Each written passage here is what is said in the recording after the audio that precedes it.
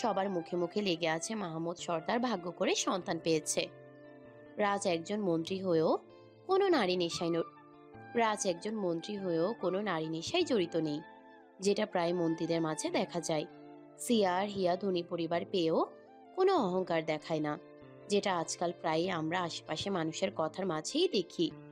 ক্যান্টিনে বসে নিজেদের শৈশব কল্পনা করে দুই বোন, সেই সাথে চোখ দিয়ে পানি ছড়াতে থাকে। হিয়া চশমাটা খুলে টিস্যু দিয়ে চোখ মুছে বলে, আমাদের সঙ্গেই কিনা একটা বিষাক্ত কীট বসবাস করে, অথচ আমরা দেখে বুঝতেও পারিনি। সিয়া টেবিলে মাথা রেখে বিষণ্ণ মনে বলে, ভাবি যেদিন প্রথম ছোট মা আর মাকে শাস্তি দেয় ওই সার্ভেন্টকে মারার জন্য, তখন আমি একটু ভাবির উপর অভিমান করেছিলাম। যতই হোক মা তো আমার। কিন্তু আজ বুঝতে পারছি ভাবি আসল মানুষ চেনে, যেটা আমরা চিনি না। তাই তো আমরা বোকায় রয়ে যাই বারবার। হিয়া মৃদু হেসে বলে, আমি কিন্তু তোর মতো বোকা হই না, শুধু চুপ থাকি। অত ফ্যান ফ্যানানি ভালো লাগে না তাই। মিলি আপুর কথা ভাবছি রে। মেয়েটা যখন নিজের মার সম্পর্কে জানতে পারবে তখন কেমন লাগবে। কিছু করার নেই, ভাইয়া জীবনে অনেক কিছু হারিয়েছে, সেই সাথে আদ্র ভাই, রুদ্র ভাই এরাও। আচ্ছা, ভাবির ব্যাপারটা বুঝলাম না। ভাবির শৈশব যদি করুণ হয় তাহলে বীর ভাইয়া কি এখান থেকে ভাবিকে আগলে নেয়? কিছু তো একটা কাহিনী আছে, ওই মহিলা কিছু একটা করেছে যেটা শেষ করে দিতে চায় আমাদের ভাইয়েরা। সিয়া জানালার বাইরের দিকে চোখ রেখে বলে, আমার মনে হয় ভাবি এখানে কোনো একটা মতলবে এসেছে। ভালো করে দেখ তো, কেমন যেন গোলমেলে লাগে না ভাই ভাবির সম্পর্কে শুরুটা? সন্দেহ আমিও করেছিলাম, তারপর ভাবলাম বড়রা যেখানে শান্ত, আমরা কেন কথা বাড়াবো। সিয়া মাথা উপর নিচ করে বলে, আমার কেন যেন রিসেপশনে ভাইয়ার বলা কথাগুলো সাজানো গোছানো লাগলো, যেন সে বানিয়ে বানিয়ে গল্প বলছে। এর মধ্যে আংশিক সত্য তো, বাকিটা মিথ্যায় ঘেরা। আচ্ছা সিয়া, একটা কাজ করলে হয় না? আমরা দুই বোন মিলে একটু অতীত ঘেটে দেখি। পাগল নাকি? বড়রা তো নিজেদের মতো চেষ্টা করছে। শুনলি না কি কি বলছিল? তুই না আসলেই মাথা মোটা। ডাক্তারি পড়ছিস শুধু চিকিৎসা করে সফল হতে পারবি, জীবনে একুল ওকুল বিষয়ে জানতে পারবি না। ব্রুকুচকে সিয়া বলে, সিরিয়াস সময় তুই আমাকে খোঁচা মারলি। আরে বোন, আমার খোঁচা না, একটু ভেবে দেখ, ভাইয়ের বায়োলজিক্যাল মা মারা যাওয়ার পিছনে কে দায়ী? ওই সোনালি। ওকে ছোট মা বলতেও ঘৃণা লাগছে। তুই শুধু একটু সময় মিলিয়ে দেখ, আমাদের যে খালামণি ছিল সে যে সময় মারা যায়, ওই সময় কিন্তু আমাদের প্রথম ছোট মা ছিল না। সে তো এই বাড়িতে বউ হয়ে আসে আমাদের মা, আমাদের বাবাকে বিয়ে করার জন্য। তার মানে তো এটাই স্পষ্ট যে এই সোনালির উদ্দেশ্য হলো আমাদের পরিবারের ক্ষতি করা, যেটা সে তার মাস্টারের সাথে মিলে করেছে। সেই মাস্টারকে আমরা কেউই জানি না। ভাইয়া বলল কি, বাবা বল, কেউই কিন্তু মাস্টারের খোঁজ পায়নি। পেলে ওই সোনালি এত দূর এগোতে পারতো না। আর এই ডেঞ্জারাস মহিলা কিন্তু ভাইয়াকে খুব ভালো করে চেনে, সেই সাথে চেনে আমাদের ভাবিকে। ভাবিকে দেখলেই তো ভয় কাজ করে, যেমন ভয়ঙ্কর লুকস দেয়। তাহলে এটা শিওর যে এই সোনালির উপরে উপরে কোনো প্ল্যান করে রাখছে। যে মহিলা এই মুহূর্তে এই জট না সরিয়েই যারা আপুর বিয়ে নিয়ে পড়েছে, সেই মহিলার মস্তিষ্ক তুই বুঝতে পারছিস? উনি কিন্তু আমাদের বাড়ির সবাইকে পয়েন্টে পয়েন্টে চেনে, শুধুমাত্র তোকে আমাকে কখনো সন্দেহ করবে না। কারণ কি বলতো, আমরা সবসময় শান্ত আর নিজেদের ক্যারিয়ার নিয়েই ব্যস্ত থাকি।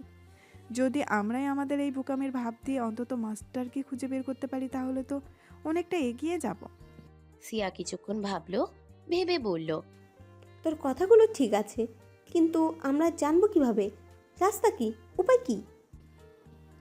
প্ল্যান করতে হবে। তার আগে মাকে ওই মহিলার সাথে থাকতে দেওয়া যাবে না। আমি একদিন আড়াল থেকে শুনেছিলাম বাবা মাকে বলছে, তুমি ওই সোনালির সাথে না মিশলে আমাদের সংসারের সুখ অনেকটাই বাধ্য। নর্দমায় পা দিয়ে মনটাকে নর্দমার সাথে মিশে রাখলে। আমি তখন না বুঝলেও এখন বুঝলাম বাবা কেন বলেছে। মাকে আমি যেভাবেই হোক আলাদা রাখবো, তবে সেটা কৌশলে, বুঝতে দিলে চলবে না। জানিস তো ওই মহিলা সাথে মাকে জানিস তো ওই মহিলার সাথে মার অনেক ভালো বন্ধুত্ব রয়েছে। একটা নেশার মতো কাজ করে, যেন দুজনের সাথে প্রতিদিন ভাবভঙ্গি বজায় রাখ। কৌশল ছাড়া সম্ভব না। হুম। বলতেই ওয়েটার আসে, দুটো লেমনেড নিয়ে আসলো। হিয়া গ্লাস হাতে নিয়ে স্ট্রো ঠোঁটে নিয়ে টান দিল। কয়েক টান দেওয়ার পর পাশে রাখে। সিয়াও তাই করে। এর মাঝে আচমকাই হিয়ার লেমনেড কেউ নিয়ে স্ট্রোতে ঠোঁট রেখে টান দেয়। হিয়া পাশে চোখ রেখে দেখে রুদ্র। হিয়া নাক সিটকে বলে, ওটাতে আমি মুখ রেখেছি রুদ্র ভাই। তো আমি কি করব? ঘৃণা লাগে না? কেন জানি ভালো লাগলো। ছি, আসলেই নষ্ট পুরুষ আপনি। সিয়া এদের ভাব দেখে বলে। আমি গেলাম, তোরা আয় তোদের মতো। হিয়া বাধা দিয়ে বলে, কেন রে, আমি পড়ে যাব কোন দুঃখে? তুই বের হবি কিভাবে? রুদ্র ভাই তোর পাশে বসে যাওয়ার রাস্তা বন্ধ করে রেখেছে।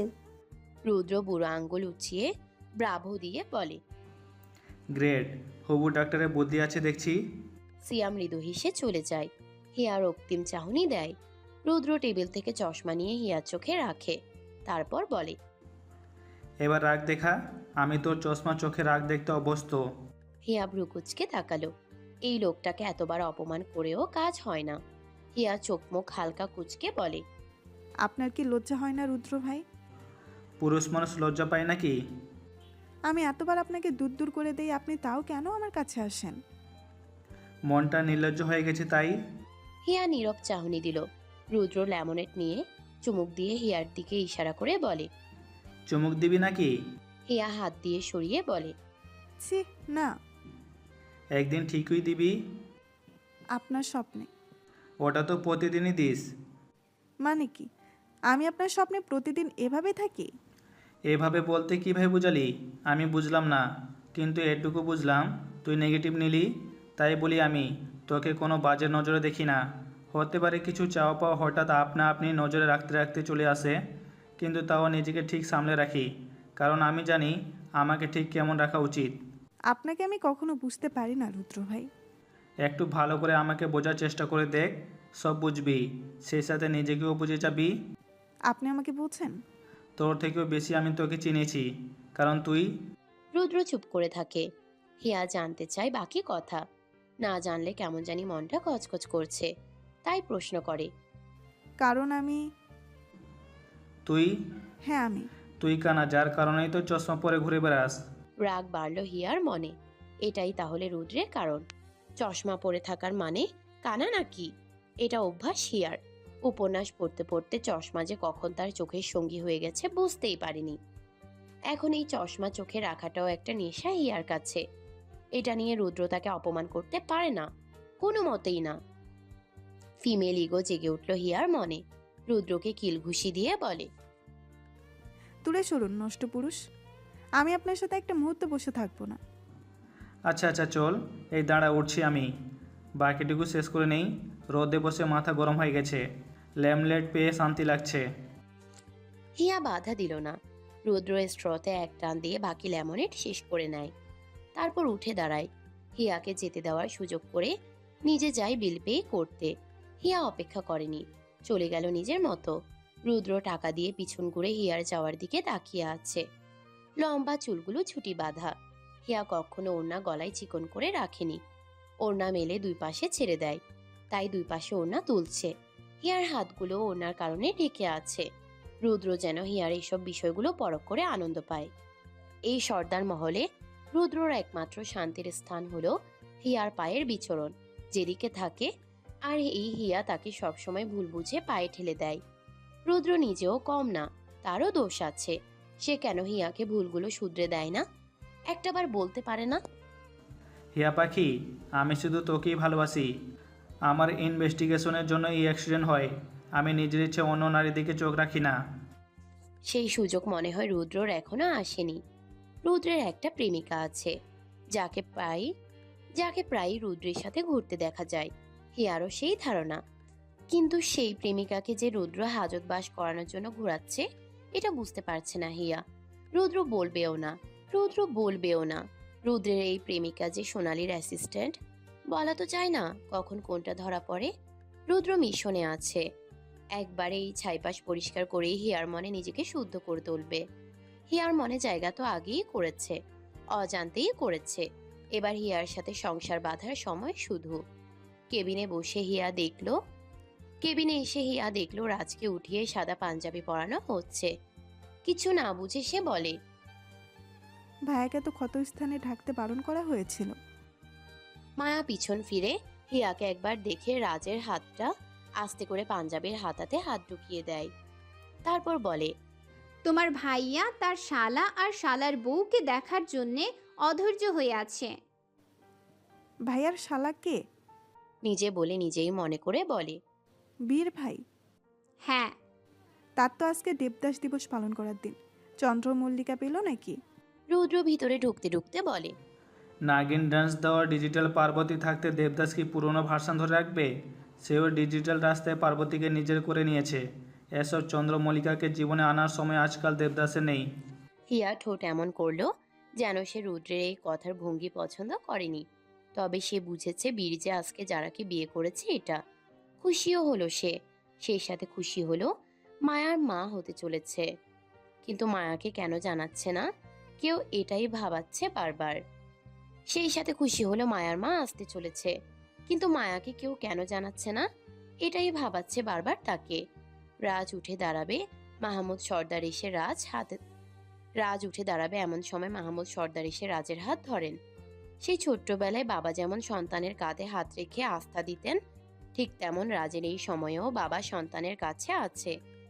রাজ চোখ স্থির রেখে মাহমুদ সর্দারকে দেখছে। মাহমুদ সর্দার মলিন হেসে বলেন, তোমার বক্ষ না হয় আমার বউয়ের জন্যই থাক, আমার বাবার কাঁধ না হয় তোমার জন্যই থাকলো। রাজসহ সবাই হেসে দিল কেবিন জুড়ে। মাহমুদ সর্দারের কাঁধে হাত রেখে রাজ হাঁটছে। একটা সময় এসে এই ইমোশন ভোলাতে রাজ বিড়বিড় করে মাহমুদ সর্দারকে শুনিয়ে বলে, আমি একটা বিষয় লক্ষ্য করেছি বাবা। কি বিষয়? তুমি আমার বউকে হিংসে করো। তোমার মাথা গেছে নাকি? আমি শ্বশুর হয়ে বৌমার জন্য হিংসা করব কেন? তোমার কথাতে বোঝা যায় আমি বউকে নিয়ে ব্যস্ত থাকলে তোমার কষ্ট হয়। আফটার অল তোমার বউ তো তোমাকে মানসিকভাবে অশান্তি দেয়। আমার বউ আমাকে মানসিকভাবে অশান্তি দিলেও আমাকে ব্রেন স্ট্রোক করাতে তোমার লাগামহীন কথা যথেষ্ট। আফটার অল আমি তো তোমারই পয়দা করা প্রোডাক্ট। রাজকে হাসপাতাল থেকে বাসায় এনে হল রুমে রাখা হলো। বীর আসবে তাই। ওরা আসতে না আসতে কলিং বেল বেজে ওঠে। মাহমুদ সর্দার ভ্রুকুটি করে বললেন, এত তাড়াতাড়ি আসলো কিভাবে? হিয়া গিয়ে দরজা খুলে দেয়। হাস্যোজ্জ্বল মুখে দাঁড়িয়ে আছে মিহির। হিয়া অবাক হয়ে বলে, মিহির ভাই। সবাই একটু উকিঝুঁকি দিল। মিহির ভিতরে এসে মোহন সর্দারকে জড়িয়ে ধরে বলে, কেমন আছো বাবা? আমি ভালো, তুমি? আমিও ভালো আছি। মা কোথায়? যার আর বিয়ে হচ্ছে আজকে, সেখানেই আছে সে। মাহমুদ সর্দারের কথা শুনে মিহির মৃদু হাসে। মিহির জানে আজকে জারার বিয়ে। মোহন সর্দার ছেলেকে প্রাণ ভরে জড়িয়ে ধরে। মায়া তাকিয়ে আছে। মায়ার চাহনিতে নেই হাহাকার, আছে শুধু হিংসা। হিংসা তো হবেই মায়ার, এটা তো তারই প্রাপ্য। রাজ মায়ের দিকে দেখল, বুঝতেও পারলো বউয়ের মন। মাহমুদ সর্দারকে ইশারা করতেই মাহমুদ সর্দার এগিয়ে আসে মায়ার কাছে। মায়ার মাথায় হাত রেখে পিতৃত্বের স্নেহ দেয়। সিয়া আর হিয়া এই দৃশ্য দেখে একে অপরের দিকে চাওয়াচাওয়ি করে হেসে দিল। মোহন সর্দার খুশিতে আত্মহারা হয়ে ছেলেকে পেয়ে, তাই জড়িয়ে ধরেই বলে, আসবে আগে জানাবে না? জানালে সারপ্রাইজ হতো না বাবা? আমি অনেক খুশি হচ্ছি তুমি এসেছো তাই। মিহির মুখে হাসি ফুটিয়ে এদিক ওদিক তাকালো। প্রথমেই তার নজর মাহমুদ সর্দারের দিকে যায়, সেই সাথে গেল মায়ার দিকে। মিহির যেই মায়ার দিকে চোখ রাখে মায়ার মুখের দিকে চেয়েই থাকে। মায়ার চোখ জোড়াতে চোখ রেখে বলে, অনেকে মোহন সর্দার বলে ওঠে, রাজের বউ Maya. Look like baby doll. মিহিরের বিড়বিড় করে বলা কথা কেউ না শুনলেও মায়ার দিকে মিহিরের চাহনি সবাইকে স্পষ্ট করে দিল মিহির ঠিক মায়াকে কোন দৃষ্টিতে দেখছে। মিহিরের চোখের ইশারা বুঝে রুদ্র বলে ওঠে, লাগা লাগা লাগারে আগুন। হিয়া পিছন ঘুরে ব্রুকুচকে বলে, মানে? বাঘের খাঁচায় চোখ দিয়েছে, এই চোখ যে উপড়ে যাবে, আফসোস একটাই। কি? এখানে বাঘ একা চোখ উপড়ে নিবে না, বরং বাঘিনীও একই কাজ করবে। হিয়া মিহিরের দিকে চোখ রেখে বিরক্ত প্রকাশ করে বলে, এমনটাই তো উচিত। মিহির অনেকক্ষণ ধরে মায়ার দিকে তাকিয়ে আছে। মায়া হাত মুঠো করে মিহিরের চোখে চোখ রাখে। মায়ার চোখ লাল হয়ে আসছে। এক্ষুনি যেন সে খুন করে দিবে মিহিরকে। মিহির ধীর পায়ে মায়ার দিকে এগিয়ে আসতে নেয়, চোখ স্থির মায়ার দিকে। সোফায় বসে থেকেই রাজ এক দৃশ্য দেখছে। সোফায় বসে থেকে রাজ এই দৃশ্য দেখে। রাজের সহ্য সীমার বাইরে মিহিরের চাহনি। তার বইয়ের দিকে কেউ তাকাবে সে তো সহ্য করবে না। সোফার পাশেই ছোট টেবিল, তার উপর ছোট ছোট 3টি ফুলদানি। হিয়ার পছন্দে কেনা মাটির তৈরি ফুলদানি। তার মধ্যে একটা ফুলদানি হাতে নিয়ে মিহিরের দিকে ছুঁড়ে মারলো রাজ। মিহিরের চোখের সাথে কপালের উপর হাত দিয়ে দূরে সরে যায়। আচমকা এমন হামলা হবে বুঝতে পারেনি মিহির। মাহমুদ সর্দার দীর্ঘশ্বাস ছাড়লেন শুধু। মোহন সর্দার মিহিরকে আগলে নিয়ে বলে, মেরে ফেলবে নাকি আমার ছেলেকে? তোমার ছেলের শকুনি দৃষ্টি ঠিক রাখতে বলো কাকা। সে যেন আমার বউয়ের দিকে কোনো প্রকার নজর না দেয়।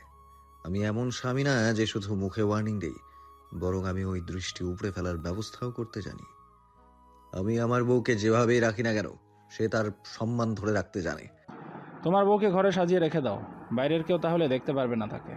বরং সে আমার থেকেও বেশি হিংস্র রূপ ধারণ করতে যাবে। কিন্তু স্বামী হয়ে তো আমি সেই শকুনকে মেনে নিতে পারবো না যে আমার বউকে নিয়ে উড়াল দিতে চাইবে। শকুনের দৃষ্টি, সেই সাথে জানটাও আমি নিয়ে নেব। তোমরা স্বামী স্ত্রী মিলে বাড়িটাকে খুনের বাড়ি বানাবে নাকি? তোমরা নোংরা খেলায় মজে থাকা বন্ধ করলেই আমাদের স্বামী স্ত্রীর খুন খুন খেলা বন্ধ হবে। মায়ের কাছে কল আসে। মায়া রিসিভ করে কিছু শুনে ফোন কেটে বলে, ভাইয়া চলে এসেছে। রাজ উঠতে নেবে মায়া এসে রাজকে ধরে। রাজ বলে ওঠে, বুকেই তো লেগেছে, পা আমার এখনো ঠিক আছে। কাপল হয়ে রিসিভ করে নেই আমাদের নিউ কাপলকে। রাজ হেসে দিল। মিহির বুঝল না বীরকে আনার জন্য এভাবে কেন অধৈর্য সবার। যারার জন্য কি বীর বিরহে পড়ল না কি?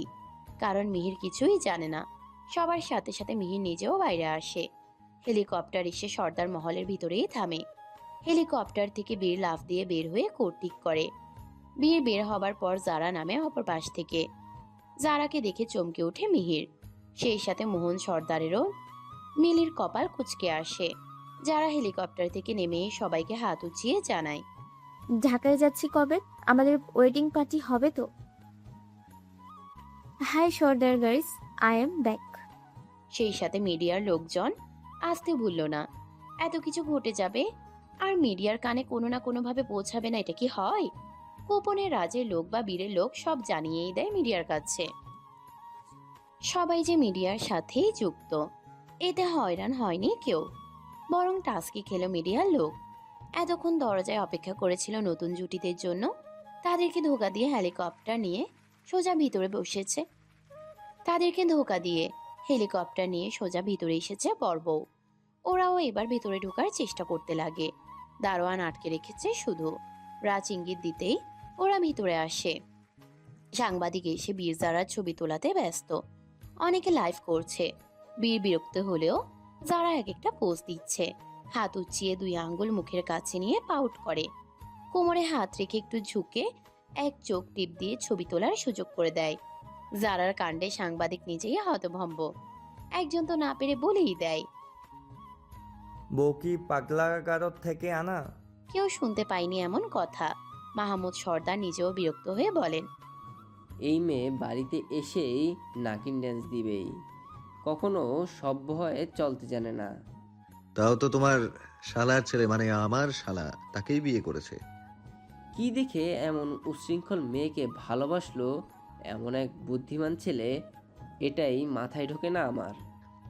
তুমি যাকে বুদ্ধিমান ভাবো সে আসলে বোকা। তার থেকেও বড় বোকা তুমি, তাই তো বোকাকে বুদ্ধিমান ভাবো। তোমার থেকে জানতে হবে আমি বোকা না চালাক।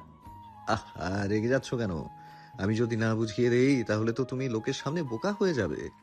তুমি আমাকে ইনসাল্ট করছো। ভুল ধরে দেয়াটাকে বুঝি ইনসাল্ট বলে?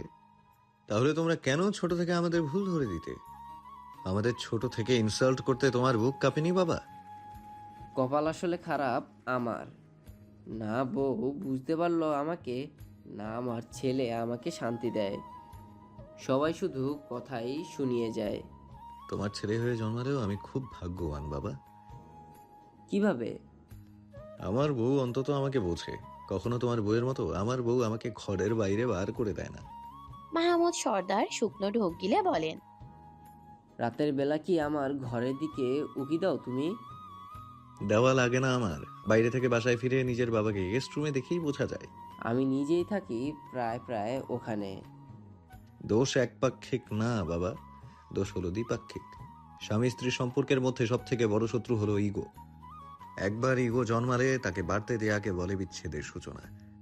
এই সূচনা একসময় এক এক রূপে বর্ণনা দিয়ে রচনার মতো দেখা দিয়ে লম্বা একটা সময় নষ্ট করে দেবে। শেষে সমাপ্তি কি হবে এটা কেউ জানে না। তাই বলতে চাই, এবার একটু নিজের মাঝে গড়ে ওঠা ইগোকে কমিয়ে নাও। দেখবে তোমার সাথে থাকা ব্যক্তিটাও তোমার করা মূল্যায়ন বুঝতে পারবে, সেও ধীরে ধীরে অনুতপ্ত হবে। এত কিছু ভাবছো আর মুখ ফুটে তাকে মা বলতে পারছো না? রাজ কেমন যেন হয়ে গেল। শক্ত চোয়াল হলেও নিজেকে সামলে নিয়ে বলে, যেটা আমি পারি না সেটা আমাকে দিয়ে বলাতে বাধ্য করো না। এই মুখে তার জন্য মা সমর্থন আসা সম্ভব না। মাহমুদ সর্দার আর কিছু বললেন না। রাজের কষ্ট তিনিও বোঝেন। চোখ রাখলেন জারার দিকে। যারা এখনো ছবি তোলার মতো করে পোজ দিয়ে চলেছে। মাঝে মাঝে তো ক্যামেরাম্যানকে বলেও দিচ্ছে কিভাবে ছবি তুলে দিতে হবে। বীর এবার বিরক্ত হয়ে জারার কাছে এসে জারাকে নিজের কাছে নেয়। জারার কোমরে হাত রেখে বাড়ির দিকে আসতে নেয়। রাজ শুকনো চোখে বলে, এতদিন আমার যে শালার হাতে থাকতো লম্বা একটা বন্দুক, আজ সেই শালার হাতে আছে লম্বা চড়া একটা হট কমর।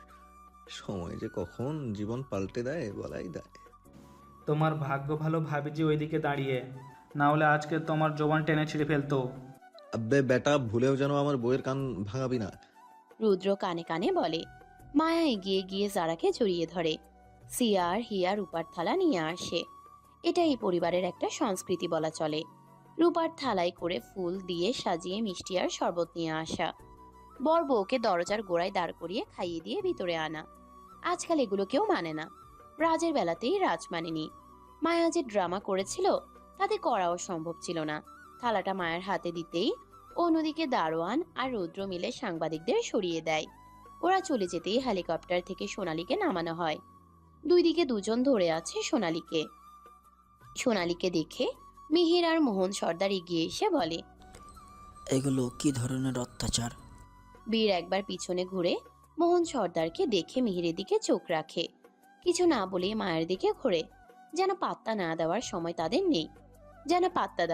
তাদের নেই। তারা হলো ফেলনা। মায়া চামচে করে মিষ্টি নিয়ে দুজনকে খাইয়ে দিতে নেয়। যারা বলে ওঠে, ওয়েট, সবাই ভ্রুকুচকে তাকালো। যারা ওর ফোন নিয়ে মিলিকে ডেকে বলে, আমাদের ছবি তুলে দে। মিলি কি করবে বুঝতে পারলো না। এদিকে মিহির ওর মাকে দেখতে ব্যস্ত থাকলেও রুবি ওর মতো চলে যায় হিয়াদের দিকে। তাই মিহির ও রুবি কেউ কাউকে খেয়াল করেনি। মিলিকে চুপ থাকতে দেখে যারা বলে, তুলবি না ছবি? মিলির চাহনি দেখে যারা বুঝে যায় মিলির মনের অবস্থা। তাই বলে, হ্যাঁ রে, ব্যাপার না। খালামুনি তার লিমিট ক্রস করেছিল বলেই আমার হ্যান্ডসাম তাকে একটু পানিশ দিয়েছে। মিলি খুব ভালো করেই জানে আজকে সোনালি ঠিক কাজ করেনি। তাই মিলি মেয়ে হয়েও মাকে সাপোর্ট করতে পারে না। কারণ সেও তো প্রেমে পড়েছে। শুধু ভয় পাচ্ছে সোনালি কি মেনে নিবে তারেককে। মিলি হাঁসফাঁস করতে থাকে। যারা মিলির হাত ধরে সান্ত্বনা দিয়ে বলে, একটু কয়েকটা ছবি তুলে দে না বোন আমার। তুই ভালো অ্যাঙ্গেল দিয়ে ছবি তুলতে পারিস। প্লিজ প্লিজ, হোপ স্পেশাল না করে ছবি তুলে দে। মিলি রাজি হলো। ফোন হাতে নিয়ে ছবি তুলতে থাকে। যারা এবার মায়ার হাত থেকে মিষ্টি মুখে নেয়। মায়াকে এক পাশ থেকে জড়িয়ে ক্যামেরার দিকে মুখ রেখে বলে, ভাবি আর ননদের একটা লাভলি মোমেন্টে ক্লিক হয়ে যাক। মায়াও হেসে দিয়ে ছবি তুলল জারার সাথে। বীর হতাশ হয়ে রাজের পাশে এসে দাঁড়ালে রাজ আফসোস ভঙ্গিতে বলে, সবে তো বিবাহিত জীবন শুরু। জাহান্নামে না গিয়েও কিভাবে জীবন জাহান্নাম বানানো যায় এটা এখন বুঝবি। তোর জীবন কি আমার বোন জাহান্নাম করেছে? আমার বউ হলো মায়াবতী। সে অন্যদের জীবন জাহান্নাম করলেও আমার জীবনকে জান্নাতের মতো করে দেয়। তোর বউ তো আস্ত একটা নাগিন। বীর আর চোখে তাকালে রাজ চোখ টিপ দিয়ে বলে, আব্বে শালা, জেনে বুঝে নাগিনকে আলিঙ্গন করেছিস। এবার নাগিনের ছবল খাওয়ার অপেক্ষা কর। সর্বাঙ্গে বিষে জর্জরিত হলে আমরা তো আছি তোর পাশে। সাপুরে নিয়ে আসবো না হয় কোনো এক জায়গা থেকে। এই নাগিন তোদেরকে যাই দেখাক আমাকে ছোবল দেওয়ার ক্ষমতা রাখে না ভাই। দেখতে থাক। রাজ বীর দুজন দুজনকে দেখছে আর মৃদু হাসছে। একই উচ্চতার, এমনকি দেখতেও প্রায় একই। রাজ সাদা পাঞ্জাবি আর বীর কালো ব্লেজার। দুজনের কেউই কম না, দুজনের চোখেই আছে এক পক্ষকে হারানোর নেশা। দুজনেই একসাথে চোখ রাখলো সোনালির দিকে, একসাথে হেসে দিল। সোনালি রাগী দৃষ্টি নিক্ষেপ করলো, বিড়বিড় করে বলে, খেলা এখনো শেষ হয়নি। একবার শুধু এই কাগজগুলো উদ্ধার করি, তোদের সবাইকে আমি এই বাড়িতেই কবর দিয়ে দেব। মিহির পাশ থেকে কানের কাছে এসে বলে, রিল্যাক্স মম, আমি এসেছি। তোর কাজ হলো ওই মেয়েটার দিকে নজর রাখা। বলেই মিহিরের কপালে চোখ রাখে। কপাল ফেটে রক্ত পড়ছে, বাম চোখটাও ফুলে উঠেছে। সোনালি চমকে উঠে বলে, তোর কি হয়েছে? রাজ ফুলদানি ছুঁড়েছে। এই ছেলেটা আর ওর বউ আমাদের মা ছেলের পেয়েছে কি? ওদেরকে তো আমি শান্তিতে থাকতেই দেব না, কিন্তু আমার প্ল্যান তো ফেল হলো। সোনালি তাজ্জব বনে গেল। মায়ার দিকে নজর দিল মিহির। এই মেয়েকে এমনিতেই সহ্য হয় না, এখন কিনা নিজের ছেলেরই ইঙ্গিত দিচ্ছে তার বোমা বানানোর। সোনালি কিছু বলতে নিলেও বলেনি। এখন থেকে এখানে থেকে কিছু বলা যাবে না, যা বলার ভিতরে গিয়ে বলবে। হল রুমে বীর জারাকে এনে সোফায় বসালো মায়া। মৌ দৌড়ে এসে বীরের সামনে কোমর ধরে অভিমানী সুরে বলে, তোমরা কি শুরু করেছো? বিয়ে করার আগে আমাকে জানালে কি আমি বিয়েতে বাধা দিব? না পারলাম আপুর বিয়েতে থাকতে, না পারলাম ভাইয়ের বিয়েতে থাকতে। মৌয়ের অভিমানী মুখশ্রী দেখে বীর ও মায়া একে অপরের দিকে চাওয়াচাওয়ি করে একসাথে বলে ওঠে, তোর বিয়েতে আমাদের কোথায় রেখেছিলি? মৌ মুখ ভেঙচি দিয়ে জারার কাছে গিয়ে বলে, এখন আমাকে পছন্দ হয়েছে তো ভাবি? আমি কিন্তু তোমার আগমনে আগেই বিদায় নিয়েছি। যারা মৌয়ের গালে আদুরে হাত রাখলো। মায়া মিষ্টি হেসে বীরকে বলে, জানো ভাই, আমাদের বোন মা হতে চলেছে, তুমি মামা। বীর অবাকের সাথে মোকে দেখে খুশি হলো বেশ। যারা মোকে জড়িয়ে ধরে বলে, কংগ্রেচুলেশনস ননদিনী। গেস্ট রুম থেকে বের হয়ে আসে আদ্র আর রুদ্র। দুজনে বের হয়ে বলে, বাসর ঘর সাজানো হলো, এখন ডিনার শেষ করে ওদেরকে ঘরে পাস করলেই হবে। রাজ ওরা আলিশান আসনে বসে বলে, আমার বাড়িতে বাসর করে আমার শালি হতে চলেছে মা। এখন আমার বাড়িতে বাসর সেরে আমার শালা হবে বাবা। শালার কপাল আমারটাই খারাপ, সবার আগে বিয়ে করেও শুনতে পারছি না বাবা হবার খবর। মায়া চোখ রাঙিয়ে তাকালো। রাজ ডোন্ট কেয়ার ভাব নিয়ে উঠে দাঁড়ায়। বীরের কাছে এসে বলে, আব্বে তুই তো মামা হতে যাচ্ছিস। বীর রাজের দিকে ফিরে বলে, তুইও তো মামা। আমি মামা প্লাস আঙ্কেল, আমার আনন্দ ডাবল। এত কিছুর পরও তোর বাবা ডাক শুনতে মন চায়? বিয়ে করেছিস আজ, দুটো দিন যাক, বাবা ডাক তুইও শুনতে চাইবি। তোর মতো মুখে ফটফট করে আফসোস করে না। রাজ এক ভ্রু উঁচু করে বলে, তুই তো দেখছিস সুপার ফাস্ট, মনে হচ্ছে মিশন শুরু করে দিবি। তোর মতো স্বামী হতে যাব নাকি? আমি ভাই অত সুযোগ দিতে পারবো না। আসলে আসবি, না হলে ঘাড় ধরে নিজের কাছে রাখবো। আমার বউ তোর বউয়ের মতো নাগিন ডান্স দেয় না যে তাকে ঘাড় ধরে টান দিতে হয়। আমার বউ নাম্বার ওয়ান বউ, যাকে পেতে হলে ভাগ্য লাগে। সেই সৌভাগ্য আমি তিলে তিলে অর্জন করেছি। তুই কি নিজের বউকে শ্রেষ্ঠ বউ মনে করিস? রাজ এবার মায়ার দিকে তাকিয়ে গাইতে থাকে। মিহিরের কপালে ব্যান্ডেজ করে দিল মোহন সর্দার। সোনালীকে দেখছে মিলি। সোনালী একবার মিহিরকে দেখে মিলিকে বলে, তুই ওদের সাথে আনন্দ কর যা। মিলি চলে গেল। সোনালী এবার মোহন সর্দারকে উদ্দেশ্য করে বলে, বাড়িতে নতুন দম্পতি এসেছে, তোমার কি দায়িত্ব নেই ওদেরকে দেখে শুনে রাখার? আমি আবার ওদেরকে কি দেখবো? সব কি তোমার বড় ভাই দেখবে? এই জন্য তোমার প্রায়োরিটি এই বাড়িতে কম। যে যত অকর্মা হয় তার মূল্যায়ন কম থাকে। মোহন সর্দার অপমানিত হয়ে চলে গেল ঘর থেকে। সোনালী সুযোগ বুঝে মিহিরকে বলে ওঠে, মীরার বাবার সাথে কথা বলছি, ওনারা তোদের বিয়ে দিতে চাচ্ছে খুব তাড়াতাড়ি। শুনলাম লন্ডন থেকে মীরা নাকি তোর উপর ফিদা হয়ে গেছে। এটাই তো হওয়ার ছিল, আমাদের টার্গেট তো মীরা। ওকে বিয়ে করে ওর প্রপার্টি হাতিয়ে নেওয়া। রবি দরজার কাছে এসে মা ছেলের কথাটুকু শুনতে পায়। সেই সাথে শুনতে পায় মিহিরের শেষ কথা, মীরার থেকে সব কিছু হাসিল করে আমি মায়া মেয়েটাকে টার্গেট করতে চাই। সোনালী দাঁড়িয়ে হুঙ্কার দিয়ে বলে, ভুলেও ওই মেয়েকে আমার বৌমা বানাতে বলবি না। ওই মেয়ের জন্য আমাকে অনেকবার টর্চার সহ্য করতে হয়েছে। মিহির ঠোঁট প্রসারিত করে বলে, যে মেয়ে মন্ত্রী শাহমীর রাজ সর্দারকে বিয়ে করতে পারে, সেই মেয়ের ক্ষমতা আমি খুব ভালো করেই বুঝেছি মম, কিন্তু মেয়েটা যে গুণমতির সাথে এতটা রূপবতী এটা আমি বুঝতে পারিনি। রুবি পর্দা থাকার কারণে মিহিরের মুখ দেখতে পেল না। একটু আগে যখন বীরজারাকে ভিতরে আনা হয় তখন মিহির ছিল সোনালীকে আর নিজের আঘাত নিয়ে ব্যস্ত। রাগ চেপেছিল মাথায়। আশেপাশে সবার দিকে নজর দেওয়ার মানসিকতা ছিল না। রুবি তখন হিয়াদের পাশে গেলেও ওর ইমার্জেন্সি কল আসে। কথা বলতে একটু আগেই রুবিকে ওর মা কল দিয়ে নতুন আরেক প্রস্তাবের কথা বলে। সেজন্য রুবি সবার আড়ালে যায়। এখন নিচে যাওয়ার পথে মা ছেলের কথা শুনতে পায়। রুবি না জেনেও ভিতরে থাকা ছেলেকে মায়ার দেবর ভেবে ধিক্কার জানালো মিহিরের প্রতি। অতঃপর বাইরে এসে মায়াকে খুঁজতে লাগলো। রাজ দেখলো রুবি এদিক ওদিক কাউকে খুঁজছে, তাই রাজ এগিয়ে এসে বলে, কাউকে চাই? কোথায় ম্যাম? তোমার ম্যাম অফিসের কাজে একটা কল অ্যাটেন্ড করতে গেছে।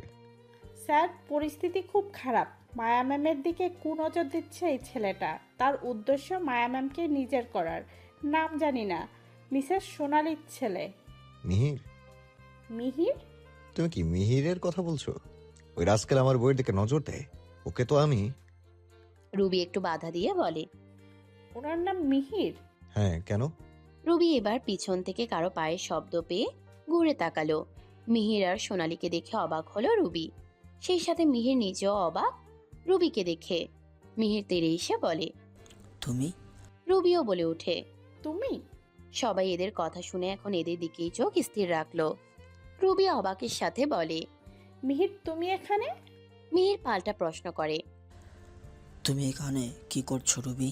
মোহন সর্দার এগিয়ে এসে বলে, আমার মেয়ে আমার কাছেই তো থাকবে। মিহির আশ্চর্য হয়ে গেল। তোমার মেয়ে মানে কি? তোমার মেয়ে তো মিলি, মানে আমার বোন। এটাও তোমার একটা বোন। তোমার মেয়ের সাথে আমার আরও একটা সংসার ছিল, সেখানে তোমার এই বোনের জন্ম। ওর নাম মোহনা সর্দার। মিহির হা হয়ে গেল। কপালে চোট পেয়ে কি তার মাথা খারাপ হয়ে গেল? মিহির বলে উঠে, সামথিং ইজ রং। ও মোহনা না, ও রবি। শিবচরে বাড়ি ওর। সেই শিবচর ও নানা বাড়ি, তাই? তোমরা বলছো ওর নাম মোহনা, তাহলে আমি ওকে রবি নামে এতগুলো বছর কিভাবে ছিলাম? অভিমান করে নাম পাল্টেছে মেয়েটা আমার। মোহন সর্দার থামতেই মায়া এগিয়ে এসে বলে, ওয়েট। মায়া এগিয়ে আসতে নিলেও রাজমায়ার হাত ধরে পিছনে ঠেলে সামনে এগিয়ে এসে বলে, ওয়েট বলো আর ফুয়েট, ওর সামনে গিয়ে না, আমার পেছনে থেকে ওর সাথে কথা বলবে। ব্রুকুচকে মায়া বলে, মানে? মানে এই যে তোমাদের মাঝে দেয়াল আমি। সম্পর্কে আমার দেবর হয়, দেয়াল হতে হবে কেন? এই দেবরের উদ্দেশ্য গড়বড়। আমার বউকে নজর দেবার আগে হয়ে যাব আমি দেয়াল। তারপর মিহিরের দিকে ফিরে বলে, রবি মেয়েটাকে তুই এতগুলো বছর কিভাবে চিনিস? আসলে মিহির থেমে যায়। মিহির থামলেও রুবি থামেনি। রাগ ক্ষোভ প্রকাশ করে। মিহির আমার বয়ফ্রেন্ড। রুবির চোখ দেখে বোঝা যাচ্ছে রুবি কতটা রেগে আছে। ঘৃণা আসছে মিহিরের উপর। সোনালী এমনিতেই দুর্বল ছিল। মিলি স্যালাইন মেডিসিন দেওয়ার পর একটু ভালো লাগলেও এখন যেন মাথা চক্কর দিচ্ছে। ছেলে কিনা শেষমেশ সৎ বোনকে গার্লফ্রেন্ড বানালো। মাথা ঘুরে পড়ে যাওয়ার আগে মোহন সর্দার এসে আগলে নেয়। রাজ একভ্রু উঁচু করে। ছেলের রামলীলা চলে, বাপ এখন রোমান্স করে। মায়া দেখতে পাচ্ছে না সোনালীর ঠিক মুখের রিয়াকশন কি। দেখার জন্য মাথা বেঁকাতে নিলেই রাজ পিছন ফিরে বলে, জেদ করবে না মায়াবতী, এই শকুনের সামনে তোমার আশা নিষেধ। মায়া চরম বিরক্ত। মায়া তো দেখতে চাই সোনালী এখন কেমন অবস্থায় আছে। এদিকে রাজ কি বুঝে এমন করছে বুঝলো না। সোনালী কপালে হাত দিয়ে বলে, আমার ছেলে শেষমেশ তার বোনের সাথে প্রেম করে? এ কি দিন আসলো আমার! রাজ এবার একটু হাসলো। বিটকেল হাসি দিয়ে বলে, এনজয় হালুয়া। আমার কাকার 2 নম্বর বউয়ের ছেলে 1 নম্বর বউয়ের মেয়ের সাথে করছে প্রেম লীলা। মায়া পিছন থেকে রাজকে চিমটে কাটে। রাজ ব্যথা পেলেও সহ্য করে নেয়। রুদ্র দাঁড়িয়ে আছে আদ্রর পাশে। ছোপ ছোপ দাড়ির উপর বৃদ্ধাঙ্গুল দিয়ে হালকা চুলকিয়ে ভাবুক দৃষ্টিতে বলে, ভাবিজি শেষমেশ ঘরে নকল সতীন না, নিজের সৎ ভাইয়ের গার্লফ্রেন্ডকেও এনেছে। আমরা বুঝলেও বাকিরা বুঝবে সৎ ভাই বোন প্রেমের খেলা খেলছিল। সর্দার বাড়ির এক একটা ক্লাইম্যাক্স চলতেই থাকবে। ক্লাইম্যাক্স আরো একটা আছে। কি? মিহির আসলে মোহন সর্দারের বায়োলজিক্যাল সন্তান নয়। তুমি কিভাবে জানলে? আমাদের জানাওনি কেন? ব্রো আর বড় বাবা জানে, কিন্তু আমাদের এটা এখন চাপা দিয়ে রাখতে হবে। যারা সোফা থেকে উঠে হেলে দুলে হেঁটে ঢঙ্গি ভাব নিয়ে মুখে 2 হাত রেখে বলে, হ্যাঁ মিহির বউ, তুমি রাজ বেবির পুতুল বউকে ছি ছি ছি ছি, লজ্জা লজ্জা। মাহমুদ সর্দার দূরে দাঁড়িয়ে কপাল কুঁচকে বলেন, এই মেয়েকে কি সবসময় ঘর পোড়ার মধ্যে আলু পোড়া দেওয়াই লাগে? বীর নীরব দৃষ্টিতে ফ্যামিলি ড্রামা দেখছে। শুধু বীর না, আদ্রও তাই। বাকির একটু আতঙ্ক দেখাচ্ছে তো আবার কেউ কেউ নাটক করে চলেছে। শান্ত হয়ে এই পরিবেশ যদি কেউ উপভোগ করে তো সেটা বীর ও আদ্র। যারা এবার রাজের পাশে দাঁড়িয়ে বলে, সো স্যাড বেবি, তোমার পুতুল বউ তোমাকে ধোকা দিল। রাজ কম যায় না, যারার দিকে ফিরে বলে, ভাগ্যিস বুঝেছিলাম আগে থেকেই খাবো আমি বাস, তাই তো মায়াবতীর সাথে করছি আমি 3 কবুল বলে সংসার। রাজ আর যারার নাটক দেখে রুদ্র হেসে বলে, এরা জেনে বুঝে এদের লাইফ পার্টনারকে রাগিয়ে দেয়। আদ্র এক ভ্রু উঁচু করে রুদ্রের দিকে ফিরে বলে, তুইও তো কম না ভাই, তোর হিয়া পাখিকে রাগাতে পারদর্শী তো তুই। আর তুমি কি তোমার প্রেয়সীকে সময় দাও ঠিক মতো? সে তো তোমার খোঁজ নিতে এ সময় ওই সময় পার করে, তুমি কই বেলা খোঁজ নাও? আদ্র উত্তর না দিয়ে রাজের দিকে ফিরল। যারা দাঁত বের করে হেসে মিহিরকে বলে, আমাদের নতুন ভাবির সাথে পরিচয় করাবে না? রুবির চোখ দিয়ে পানি পড়ছে, যেটা মায়া লক্ষ্য করেছে। যারা এতক্ষণ না দেখলেও এবার যখন রুবির দিকে তাকালো, দেখতে পেল রুবির চোখ বেয়ে পানি পড়ছে। যারা এবার থেমে গেল। পরিস্থিতি সবার জন্য হাস্যকর হলেও রুবির জন্য ব্যথাতুর। যদিও এখানে রুবি মিহিরের বোন না, কিন্তু মিহিরের আসল রূপ রুবি জেনেছে। সোনালির সাথে কথা বলতে মীরার বাবা এসেছিল যে, সেখান থেকে কানে অল্প অল্প আসে এরা বেআইন হতে চায়। রুবি সিঁড়ি বেয়ে উপরে চলে যায়। হিয়া আর সিয়া ছুট লাগায় ওর পিছনে। মায়াও চলে গেল সেদিকে। মৌ আর পিয়াস বিরক্ত হয়ে বসে আছে। এদের এই পরিস্থিতি দৃষ্টিকটু। সেখানে বাইরের লোক হিসেবে এরা দুজন উপস্থিত। মাহমুদ সর্দার বুঝতে পেরে বলেন, ডিনার কমপ্লিট করে নেওয়ার প্রয়োজন আগে। যারা রুবিকে চলে যেতে দেখে, সেই সাথে মায়া আর সিয়া হিয়াকে যেতে দেখে বীরের দিকে তাকালো। দুষ্টু হেসে রাজের দিকে ফিরে বলে, আমাকে কেমন লাগছে বেবি? রাজ বীরের দিকে তাকালো। বীর রাগে ফুঁসতে থাকে। নজর এড়ায়নি যারার। সে আর চোখে তার ব্যক্তিগত মানুষটিকে দেখেই যাচ্ছে। রাজ চুপ আছে। যারা এবার বীরকে আরো একটু উত্তেজিত করতে বলে, কি হলো বলো? রাজ মুখ খুলল। কালার্সে শনি আর রবিবার করে যে হট হিরোইনদের স্পেশাল এপিসোড হয় ওই হিরোইনদের মতো। তুমি এপিসোড দেখো? দেখি না তো, বাসায় আসার সময় বোনদের ওই চ্যানেল নিয়ে যুদ্ধ করতে দেখে মুখস্থ করেছি যে নাগিন কোন সময় আসে। যারা অপমানিত না হয়ে বরং দুষ্টু হাসি দিয়ে বলে, এবার এই নাগিনের ছবল খাবে নাকি? বীর আর ধৈর্য ধরতে পারল না। সোফা থেকে উঠে এসে জারাকে কাঁধে তুলে নিয়ে নিজেদের বাসর ঘরের দিকে যেতে নেয়। রাজ গলা উঁচিয়ে বলে, ডিনার করে যাবি না? বীর উত্তর দিল না। রাজের কথা শুনেও তোয়াক্কা না করে চলে গেল ভিতরে। রুদ্র রাজের পাশে এসে বলে, তোমার কাকা বানাতে যাচ্ছে তোমার সালা প্লাস ভাই। আমার শালাশালি মিলে আমার বাড়িতেই মারে ছক্কা। এদিকে আমার কাজ শুধু এদেরকে চেয়ে চেয়ে দেখা। জারাকে কোলে করে ঘরে আনলো বীর। অন্ধকার ঘরে ঢুকে দরজায় সজোরে লাথি মেরে দিল। যারা একটু কেঁপে বীরের বুকে মুখ রাখে। বীরের উন্মুক্ত বুকে যারা ঠোঁট ছুঁয়ে দেয়। বীর ঠোঁট প্রসারিত করে অন্ধকার ঘর অবস্থায় জারাকে বিছানায় শুয়ে দিল। জারার কপালে আঙ্গুল রেখে কানের কাছে মুখ রেখে বলে, আমার সামান্য শক্তি সঞ্চয় করাতেই তোমার বুক কেঁপে উঠল। বাকি রাত কি হবে জানে মান? যারা অন্ধকারে কিছুই দেখতে পাচ্ছে না, স্লো ভয়েসে বলে, লাইট অন করো হ্যান্ডসাম। তোমাকে সারা রাত দেখার জন্য হলেও লাইট অন করব। যারা একটু কেঁপে উঠল। বীর জারার উপর থেকে উঠে লাইট অন করে। দরজায় সিটকিনি দিয়ে বিছানায় চোখ রাখে। যারা বীরের মুখভঙ্গি দেখে ঘাবড়ে গেল। বড্ড বেশি রেগে গেছে বীর।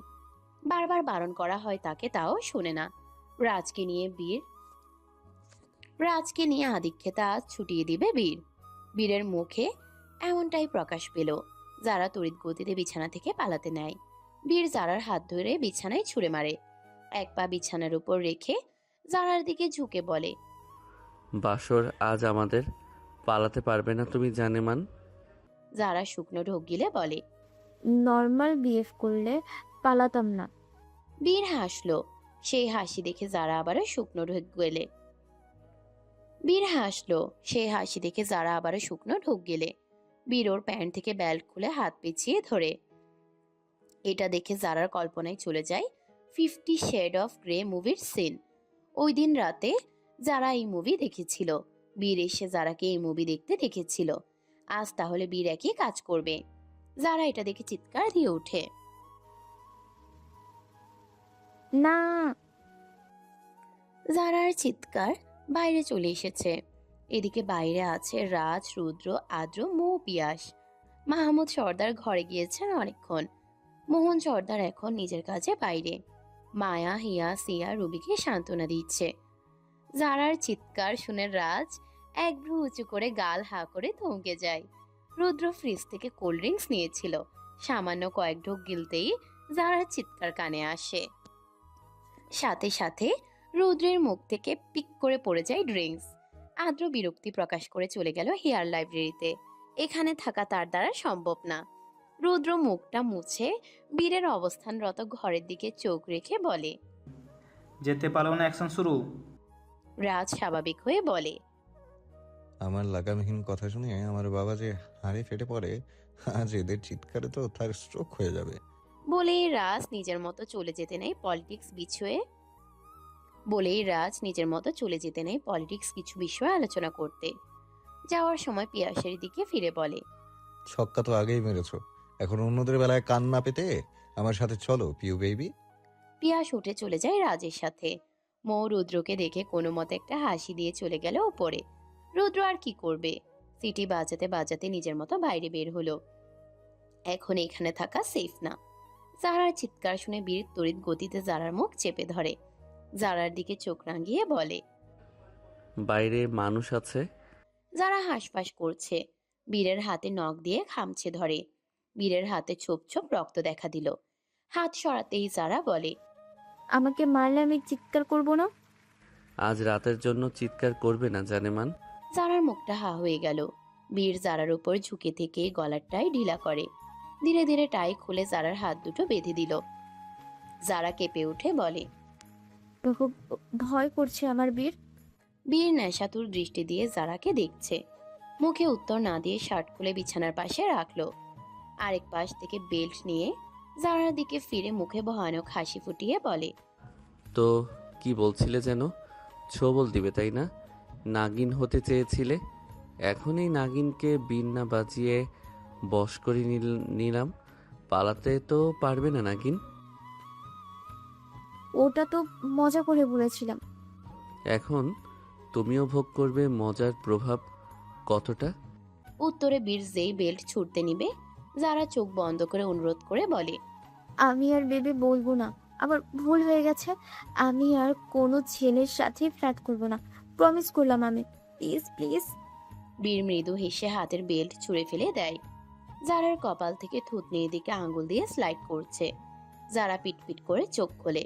বীরের চোখে চোখ রেখে শান্তি নিঃশ্বাস নিল।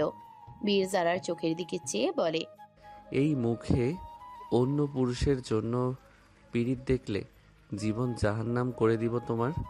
যারা চুপ করে আছে। বীর জারার ওষ্ঠ দেখে সেখানে ছোট্ট করে চুম্বন দিয়ে বলে, need to deep hug with you for feel relaxed জানেমান, মে আই ক্যান। যারা চুপ করে আছে। নীরব হয়ে সম্মতি দিল বীরকে। বীর জারার উপর ভর দিয়ে শুয়ে পড়ল। যারা কষ্ট হলেও চুপ আছে। বীর জোরে জোরে নিঃশ্বাস নিচ্ছে। যারা অনুভব করছে। এক সময় স্থির হয়ে বীর বলে, আমরা স্বামী স্ত্রী, আমাদের মাঝে ভালো মন্দ সকল মুহূর্ত থাকবে, কিন্তু কোনো গোপনীয়তা না। আমি তোমার গোপন কথাটা জানতে চাই। কেন তুমি পালিয়ে যেতে চাও? যারা চুপ আছে এখনো। বীর জারার দিকে তাকালো না। বীরের মুখ জারার গলার পাশেই। ওখানে মুখটা স্থির রেখে প্রশ্ন করে জারাকে। জারার উত্তর না পেয়ে অপর পাশের হাতটা উঠিয়ে জারার চোখ মুখের উপর রাখে। জারার চোখের উপর হাত দিতেই ভেজা অনুভব করে বীর। বুঝলো যারা কান্না করছে। সাথে সাথে উঠেই সে জারার ঘাড় ধরে নিজের বুকের সাথে লেপ্টে ধরে। যারা কান্না করে দেয়। বহু কষ্ট হু হু করে কান্না করছে যারা। কেন করছে বীর জানে না, শুধু ভাবছে এই মেয়েটাও কাঁদতে জানে?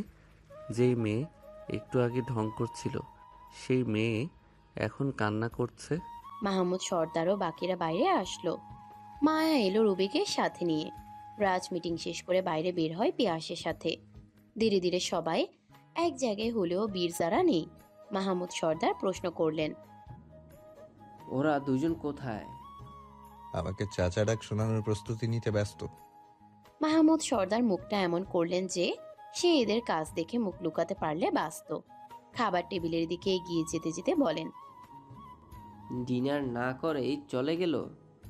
বেঁচে থাকলে ডিনার কালকেও হবে। বাসর তো আর দিনের পর দিন চলতে থাকবে না, তাই ওটাকেই বর্তমানের প্রাধান্য দেওয়া উচিত। তুমি যেমন, তোমার চিন্তাধারাও তেমন। কাজে আমি উল্টো। তোমার শালার ছেলের মতো এত ফাস্ট না। ফার্স্ট হতেও যোগ্যতা লাগে। রাজ অবাক চাহনি দিল। মাহমুদ সর্দার বলছেন এই কথা? ব্রু কুচকে রাজ বিড়বিড় করে বলে, কিছু হয়েছে নাকি? মন খারাপ? উল্টাপাল্টা বকছো যে? তোমার ভাইরাস লেগেছে।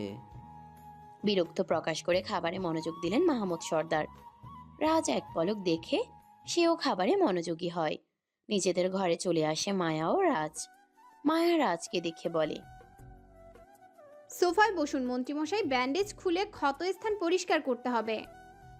এতবার ব্যথা দিতে চাও কেন তুমি মায়াবতী? আপনার প্রয়োজন তাই। শুনলাম আমাকে গুলি করা ব্যক্তি মারা গেছে। ঠিক আমার যেখানে গুলি লেগেছে সেখানেই তার 7টা গুলি পাওয়া গেছে। মায়া মেডিসিন বক্স হাতে নিয়ে রাজের চোখের দিকে চোখ রাখলো।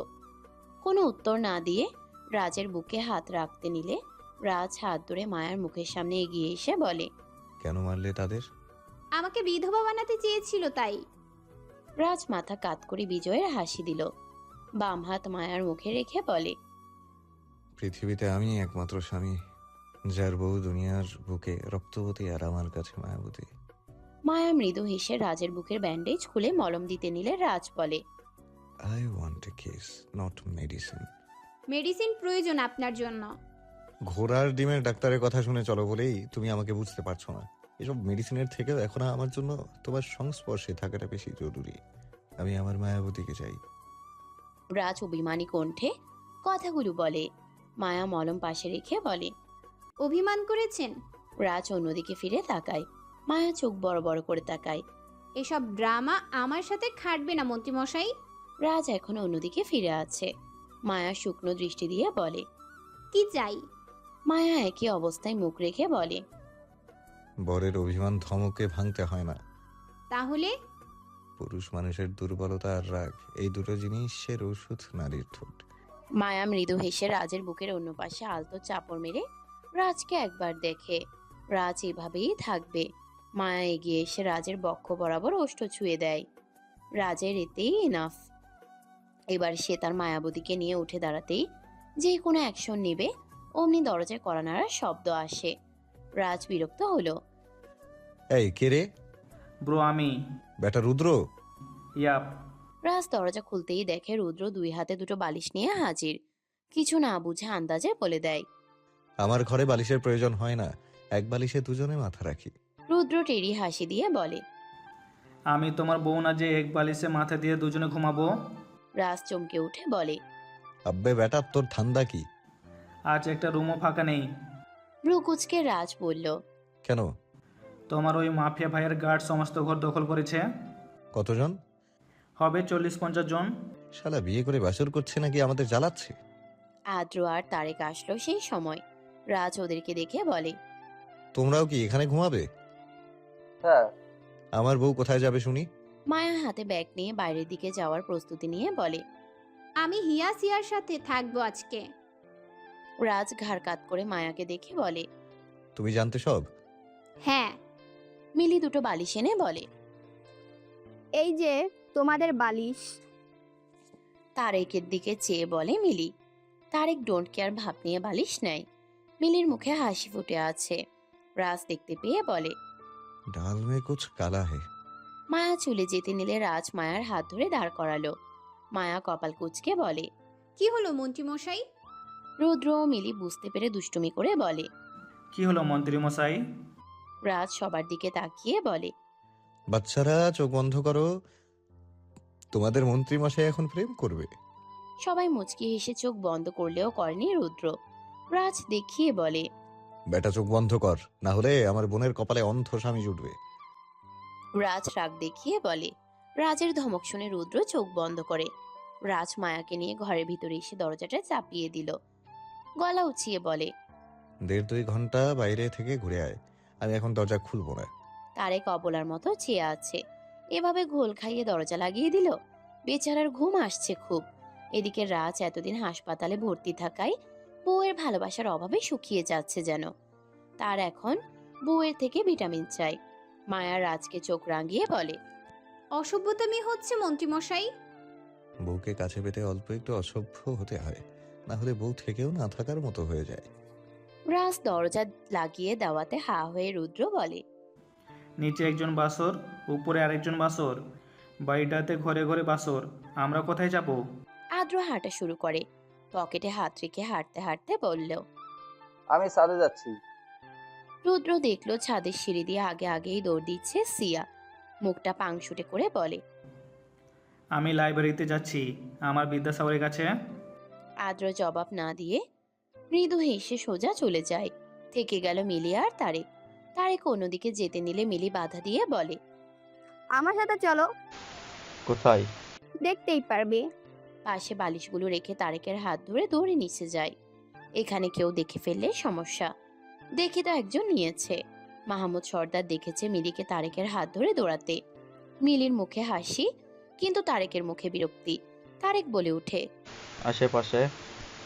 আশেপাশের গুরুজন আমাদের এভাবে দেখলে বাজে দৃষ্টিতে নিবে। আপনি আমার হাত ছাড়ুন। মিলি ছাড়লো না, বরং জেদ করে ধরে দৌড়াতে থাকে। কেউ দেখবে না বলেই তো দৌড়াতে হচ্ছে আমাকে। Black diamond. Black diamond? Black diamond বলেই হলরুম থেকে দুজনে বের হলো। মাহমুদ সর্দার এদের এতটুকু কথাই শুনতে পেলেন। আরো এগোতে নিবেন তার আগে দেখতে পেলেন রুবিকে ব্যাগ নিয়ে বাইরে বের হতে। পিছে বাধা দিচ্ছে সোনালি। সোনালিকে বাধা দিতে বারণ করছে মিহির, কিন্তু সোনালি শুনবে না। মাহমুদ সর্দার মিলিকে দেখার থেকেও রুবিকে দেখাটা বেশি জরুরি মনে করলো। মেয়েটার গার্জিয়ান হিসেবে এখন তিনিই আছেন। বলা যায় না সোনালি কখন কি করে। রুবি হলরুমে আসতেই সোনালি দ্রুত সামনে এসে বলে, তোমার বাবাকে ছেড়ে যেতে পারো না তুমি? রুবি বিরক্ত হয়ে বলে, কিসের বাবা? কে বাবা? এই লোক যদি আমার বাবাই হয় তাহলে আমার মাকে ছেড়ে কেন আপনাকে বিয়ে করেছিল? সব থেকে বড় কথা, মিহির যদি আপনার আর মোহন সর্দারের সন্তান হয়, আমিও যদি মোহন সর্দারের সন্তান হই, সেক্ষেত্রে আমাদের বয়স তো একই। তাহলে কি বলতে হয়, আমার বাবা আমার মা থাকা পরেও আপনার সাথে অবৈধ সম্পর্কে ছিল? সোনালি শুকনো ঢোক গিলে বলে, তুমি একদম তোমার মায়ের মতো শিয়ানা। তোমার বাবা শুধু দেখতেই সুদর্শন, কোনো কাজের না। তোমার মায়ের ছিল কাজের, কিন্তু কালো বলে পাত্তা পেল না। আমি ছিলাম সুন্দরী বড়লোক বাড়ির, তোমার বাবার অ্যাসিস্ট্যান্ট, তাই আমার সাথে সম্পর্ক হয়। কিন্তু তোমার মায়েরও দোষ আছে। আমাদের সম্পর্কের মাঝে তো সেই তৃতীয় ব্যক্তি। আমার আর মোহনের প্রেমের মাঝে হঠাৎ তোমার মায়ের সাথে মোহনের বিয়ে হয়। এর মধ্যে আমি মিহির আসার খবর পাই। ভেঙে পড়েছিলাম খুব, তাই বাধ্য হয়ে মোহনকে বিয়ে করি তোমার মায়ের বিয়ের পরেই। আর কোন মুখে থাকবো এই বাড়িতে?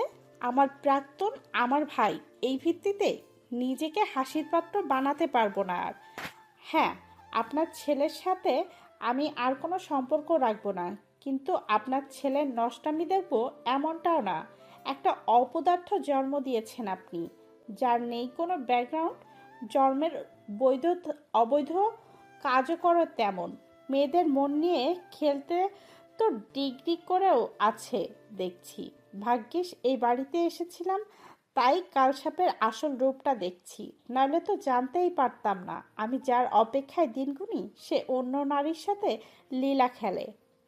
রুবি, চিৎকার করবে না মিহির, আমারও কিন্তু গলা আছে।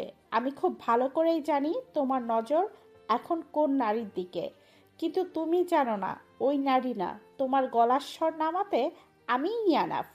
ভালোবাসার জালে আমাকে ফাঁসালেও ধোকার জালে তুমি আমাকে দুর্বল ভাবতে পারবে না। আমি দুর্বল ছিলাম, কিন্তু এখন নই। ভালোই ভালোই তোমাদের পথ থেকে সরে যাচ্ছি, যেতে দাও, না হলে আমিও কিন্তু তোমার জীবনটা তামা তামা করতে পারি। মিহির শান্ত হয়ে সোনালীকে বলে। ওকে যেতে দাও মম। সোনালী চোখ রাঙিয়ে মিহিরকে বলে। খুব পেকে গেছো তুমি, তোমার সাথে পরে ডিল করব। এখন রুবিকে দেখে নি আগে। যাও, ওর ব্যাগ নিয়ে ঘরে যাও, আর তুমি আমার সাথে চলো। রুবির হাত ধরে নিয়ে গেল সোনালী। মিহির হতাশ হয়ে ব্যাগ নিয়ে গেল মোহনার মানে রুবির ঘরে। মাহমুদ সর্দার বিরক্ত হয়ে ঘরে চলে গেলেন। সুইমিং পুলের কাছে এসে তারেকের হাত ছেড়ে দিল মিলি। তারেক বিরক্তি প্রকাশ করে বলে, এখানে কেন এসেছেন? মিলি আকাশের দিকে ইশারা করে বলে, ওই যে আকাশ ভরা চাঁদ দেখছো, ওগুলো গুনতে। আপনি শুনুন, আমি পারবো না। এছাড়া তোমার উপায় নেই। মানে? বড় অ্যান্ট ভাবি দরজা খুলবে না, তুমি ঘুমানোর জায়গা পাবে না, কারণ বাকি রুমগুলোতে গার্ড। আমার লাইফে ফার্স্ট এমন বাড়ি দেখেছি যেখানে এত গার্ড আনার জন্য ঘরের অভাব পড়ে গেল। আপনার মায়ের জন্যই তো এমন করা। বলা যায় না যারা ম্যামকে নিয়ে আবার কোথায় লুকিয়ে রাখে। আমার মা এতটাও খারাপ না। তারেক শুধু হাসলো, মুখে কিছুই প্রকাশ করলো না। মিলি তারেককে নিয়ে সুইমিং পুলের পানিতে পা ডুবিয়ে বসলো। দুজনের পা ভিজছে শুধু। মিলি উপরের দিকে চোখ রেখে বলে, দিনের আকাশের থেকে আমার কাছে রাতের আকাশ বেশি ভালো লাগে ব্ল্যাক ডায়মন্ড। তারেক মিলির মুখের দিকে তাকালো। মিলির মুখটা কাছে থেকে দেখে কেমন যেন ঘুরে চলে গেল। এই মুখের থেকে দৃষ্টি ফেরানো সম্ভব হলো না তারেকের জন্য। মিলি বলে, জিজ্ঞেস করলে না কেন? কেন? কারণ দিনের আলোয় আকাশটা সাদা দেখালেও সেখানে শুধু সূর্যের বসবাস, আর রাতের আকাশ কালো দেখালেও ওখানে একাধিক তারা সাথে একটা বড় চাঁদের বসবাস। দিনের আকাশটা হাস্যজল থাকে না, রাতের আকাশটা হাস্যজল থাকে। আমার কেন জানি মনে হয় রাতের আকাশটাই সুখী বেশি। মিলির কথাগুলো তারেকের মাথার উপর দিয়ে গেলেও মিলির মুখের দিকে চেয়ে এগুলো শুনতে বেশ ভালোই লাগছে তারেকের। মিলি থামতেই তারেক প্রশ্ন করে, আমাকে ব্ল্যাক ডায়মন্ড বলার কারণ কি? আমি কালো এজন্য? মিলি ঠোঁট প্রসারিত করে বলে, ডায়মন্ড অনেক মূল্যবান, ধরাছোঁয়ার বাইরে। হ্যাঁ, তুমি কালো, কিন্তু আমার কাছে মূল্যবান, তাই তোমাকে ব্ল্যাক ডায়মন্ড ডাকতে আমার ভালো লাগে। তারেক মুগ্ধ হয়ে দেখছে মিলিকে। মিলির মুখে নিজেকে মূল্যবান শুনে মনটা কেমন শীতলতায় ছেয়ে গেল। লাইব্রেরিতে বসে কাগজে কিছু হিসাব করছে হিয়া। মেলাচ্ছে সময়সূচি। পাশেই তার দেয়াল বইটি মেলে রাখা। মন বসছে না উপন্যাসের পাতায়। মন আজ রহস্য উন্মোচনে। কাগজের উপর এক একজনের জন্ম তারিখ লিখল, বিশেষ করে মায়া আর মিহিরের। দুজনের বয়সটাই তো এক, আবার দুজনের বাবাও এক। হিয়া দুজনের জন্ম তারিখের সাথে আবার লিখছে দুজনের মায়ের নাম। হিয়া ভাবছে মিহিরের ফেস কাটিং নিয়ে। মায়ার চেহারায় মোহন সর্দারের কিছু চিহ্ন থাকলেও মিহিরের মাঝে নেই। সে তো ছোট থেকেই শুনেছে সন্তানেরা বাবা মায়ের আংশিক রূপ পেয়ে থাকে। তাহলে মিহির কেন পেল না? আবার হিয়া মাহমুদ সর্দারের সাথে মালিনীর বিয়েটাকেও হিসাব করছে।